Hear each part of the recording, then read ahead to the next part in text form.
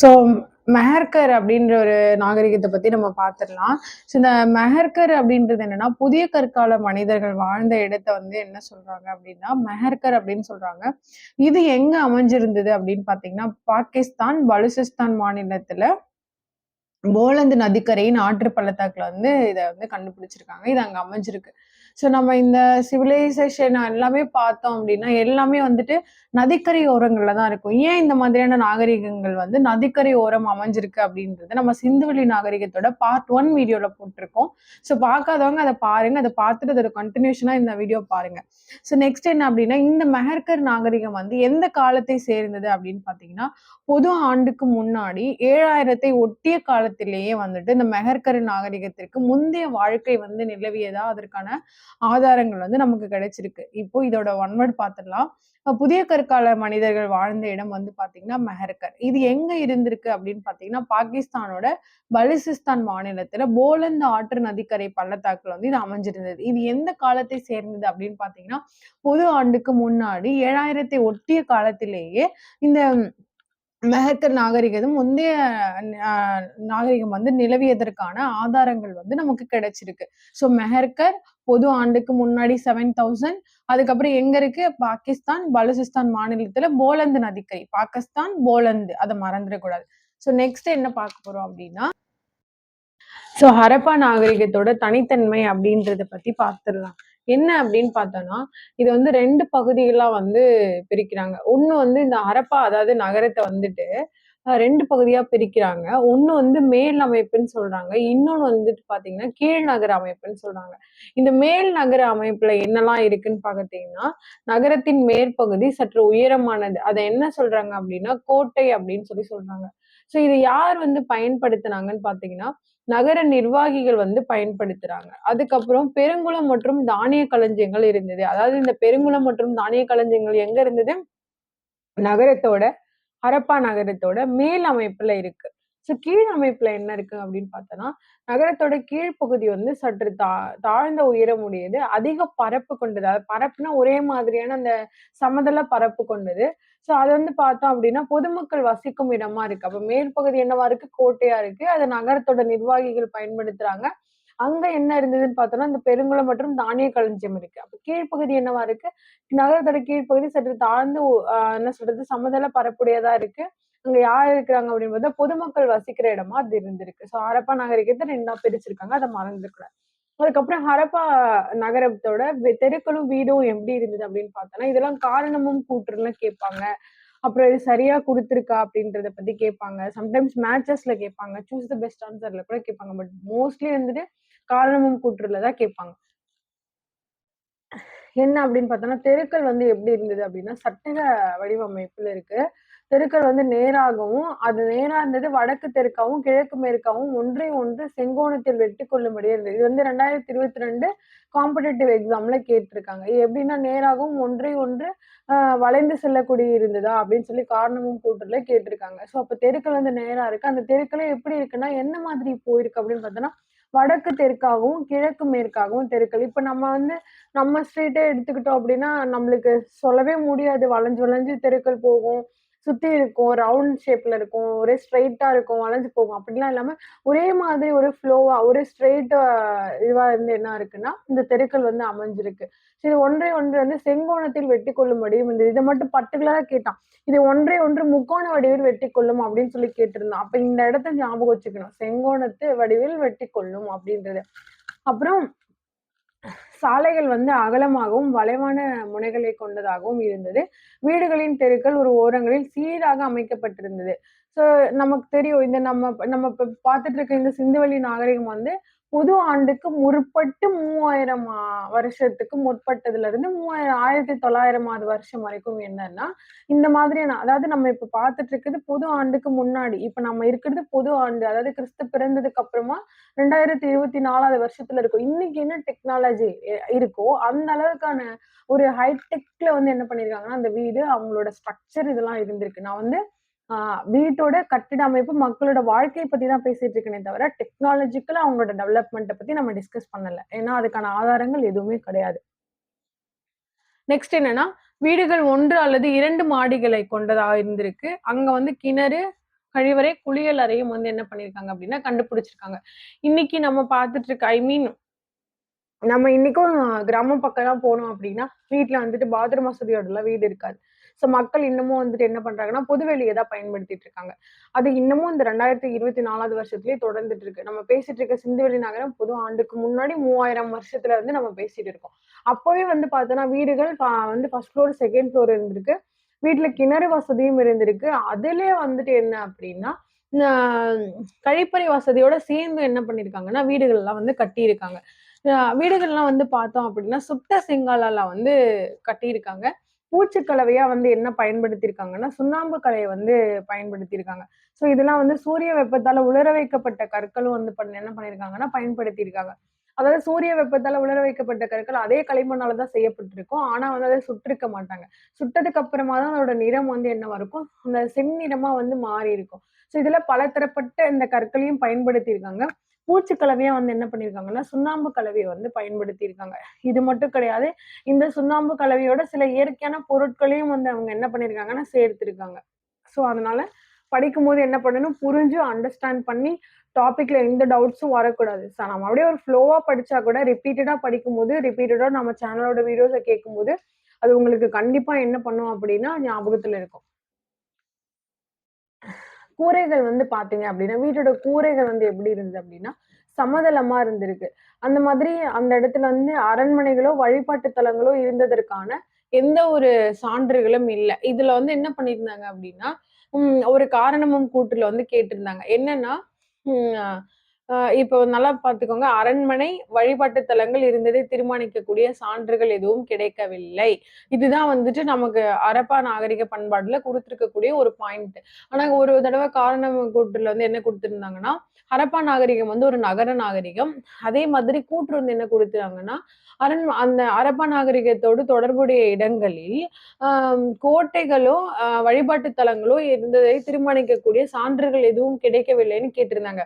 அப்போ நம்மளுக்கு இங்க என்ன குடுத்துருக்காங்க, அரண்மனை பத்தி தான் பேசியிருக்காங்க. கோட்டைகள் இருந்ததற்கான சான்று இருக்கு. அது நம்ம எங்க பார்த்தோம்? ஹரப்பா நகரத்த 2ஆ பிரிச்சிருக்காங்க. ஒண்ணு மேல் நகர அமைப்பு, இன்னொன்னு கீழ் நகர அமைப்பு.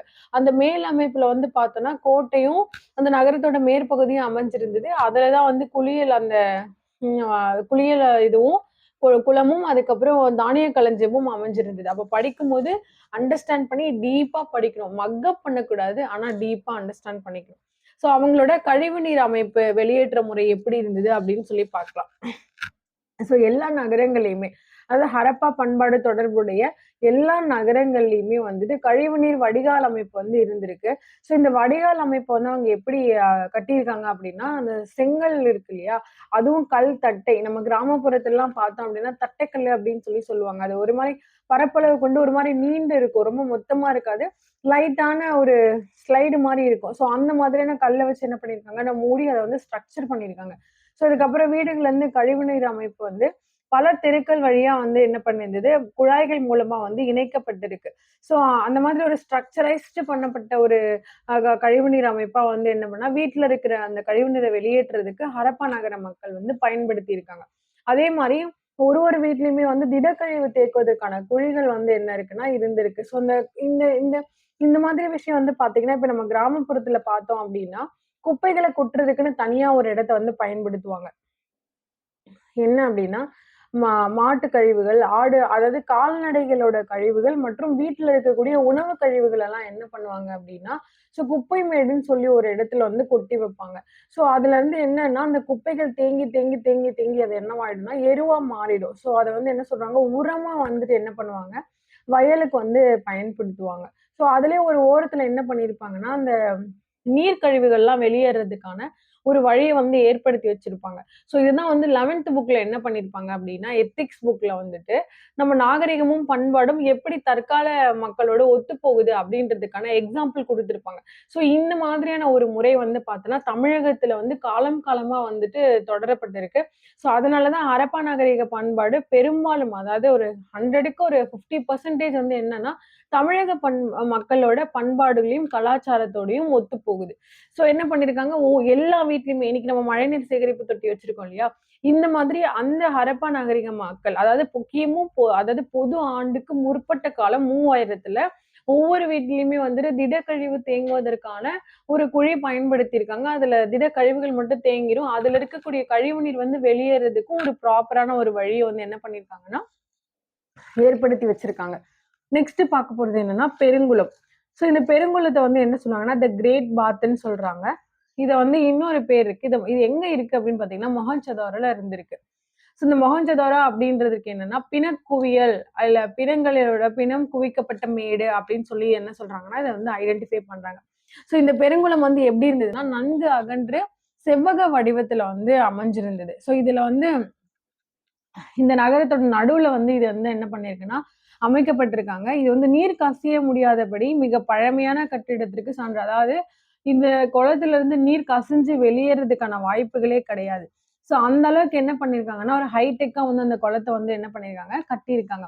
ஸோ இது வந்து பார்த்தோம் அப்டின்னா, எத வச்சு இவங்க வந்து கட்டியிருக்காங்க அப்டின்னு பார்த்தீங்கன்னா, சுட்ட செங்கற்கள வச்சு கட்டப்பட்டு சுவரிலும், தளத்திலும் வந்து ஜிப்சம் செறிந்த சுண்ணாம்பு சாந்தால் வந்து பூசப்பட்டு நீர் புகாதபடி வந்து இத வந்து எப்படி கட்டியிருக்காங்க. ஸோ என்ன, எல்லா இடத்துலயும் செங்கற்கல்ல அழகா சுட்ட செங்கற்கல்ல அழகா அடுக்கியிருக்காங்க. அது மேல வந்துட்டு அது மட்டும் போதுமான்னு கேட்டா, இந்த டெக்னாலஜிக்கு பத்தாது. அது மேல என்ன பண்ணியிருக்காங்க, ஜிப்சம் செறிந்த சுண்ணாம்பு சாந்த வந்து என்ன பண்ணியிருக்காங்க, அது மேல பூசியிருக்காங்க. இப்போ என்ன ஆகும் அப்படின்னா, உ உள்ள இருக்கிற தண்ணீர் வெளியில போகாது. அந்த மாரி ஒரு மழை காலங்கள்ல சுத்தி தேங்கி நிற்கிற தண்ணீர் மொத்தமா அந்த குளத்துக்குள்ள வராது. அதுக்காக உள்ள வர்றதுக்காக வைக்கப்பட்ட குழாயில தான் என்ன பண்ணும், குழாய் வழியா தான் தண்ணி வந்து என்ன பண்ணும், குளத்துக்குள்ள வந்து வரும். ஸோ உங்களுக்கு இந்த இடத்துல ஒண்ணு சொல்லிக்கிறேன். நேத்து அதாவது இன்னைக்கு வந்து டேட் வந்து 25 ஜூன். 24த் ஜூன் வந்து ஒரு நியூஸ் வந்திருந்தது கேரளால இருந்து. கேரளால ஒரு குறிப்பிட்ட பகுதியில வந்து ஒருத்தர் என்ன பண்ணியிருக்காரு அப்டின்னா, அந்த அந்த மக்களுக்கு வந்துட்டு குளம் கட்டி குடுத்திருக்காரு. நீர தேக்கி வச்சு பயன்படுத்துறதுக்கு விவசாய பயன்பாட்டுக்காக. அந்த குளம் வந்து பார்த்தீங்க அப்டின்னா, ஃபுல்லா சுட்ட செங்கற்கல்லால அழகா செங்கல்ல வந்து அடுக்கி ஸ்ட்ரக்சரைஸ் பண்ணி அவர் கட்டியிருக்காரு. முடிஞ்சா நம்ம சேனல்ல அந்த வீடியோவோட கிளிப் அதாவது ஒரு 30 செகண்ட் கிளிப் ஆர் அதோட ஃபோட்டோ வந்து நம்ம அப்லோட் பண்றோம். கம்யூனிட்டி டேப்ல நீங்க பாருங்க. அது உங்களுக்கு யூஸ்ஃபுல்லா இருக்கும். ஸோ இதெல்லாம் என்னன்னா, எப்படி அந்த காலத்து பண்பாடு, ஒரு பழங்காலத்து பண்பாடு எப்படி இன்னைக்கு இருக்கிற பண்பாட்டுல நம்ம மக்களோட ஒத்துப்போகுது அப்படின்றதுக்கான எடுத்துக்காட்டுகள் தான் இதெல்லாம்.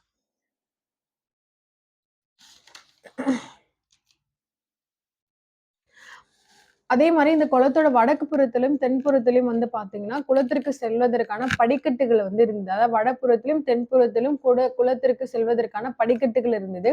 நடைபாதையின் அருகே வந்து பல அறைகள் வந்து கட்டியிருந்தாங்க. இதுல வந்து எதுக்காக அப்டின்னா, உடை மாற்றிக் கொள்வதற்காகவும், சில சடங்குகள் செய்வதற்காகவும் அந்த அறைகள் வந்து பயன்படுத்தப்பட்டு வந்திருக்கு. நெக்ஸ்ட் என்ன அப்டின்னு பார்த்தீங்கன்னா, இதுல வந்து தானிய கிடங்குகள் உள்ள இருந்ததுக்கான அடையாளமும் வந்து காணப்படுது. எப்படி அப்டின்னு கேட்டீங்கன்னா, அந்த இடத்துல வந்துட்டு இந்த வரகு போன்ற பொருட்கள் வந்து எரிந்த நிலையில சிதறி கிடந்தத வந்து என்ன பண்றாங்கன்னா, அகழ்வாராய்ச்சியாளர்கள் வந்து அகழாய்வு மேற்கொள்ளும்போது, இந்த மாதிரியான விஷயங்கள் எல்லாம் வந்து அங்க இருந்து கண்டெடுக்குறாங்க. அதெல்லாம் வந்து அந்த குளத்தோட அந்த ஒரு கல்லுக்கும், இன்னொரு கல்லுக்கும் இடையில இருக்கக்கூடிய இந்த மாதிரியான கேப் இருக்கு பார்த்தீங்களா? இந்த கேப்ல வந்து அது இருந்ததற்கான சான்றுகள வந்து ஆராய்ச்சியாளர்கள் வந்து எடுத்திருக்காங்க. அதுக்கப்புறம் வந்து பார்த்தோம்னா, இந்த அருகில இருந்த கிணத்துல வந்து நீர் இறைக்கப்பட்டு குளத்தோட உள்ள வர்றதுக்கும் வழி செஞ்சிருக்காங்க. உள்ள இருந்து பழைய நீர் வெளியேறதுக்கான அந்த ஆ ஒரு இடத்தையும் வந்து என்ன பண்ணியிருக்காங்கன்னா, கட்டி அதற்கான வசதிகளையும் வந்து ஏற்படுத்தியிருக்காங்க. ஸோ செங்கற்களால் கட்டப்பட்ட அந்த தானிய களஞ்சியம் வந்து எங்க இருக்குன்னா, ஹரியானா மாநிலத்தில் உள்ள ராக்கி கருவியில் கண்டுபிடிக்கப்பட்டது.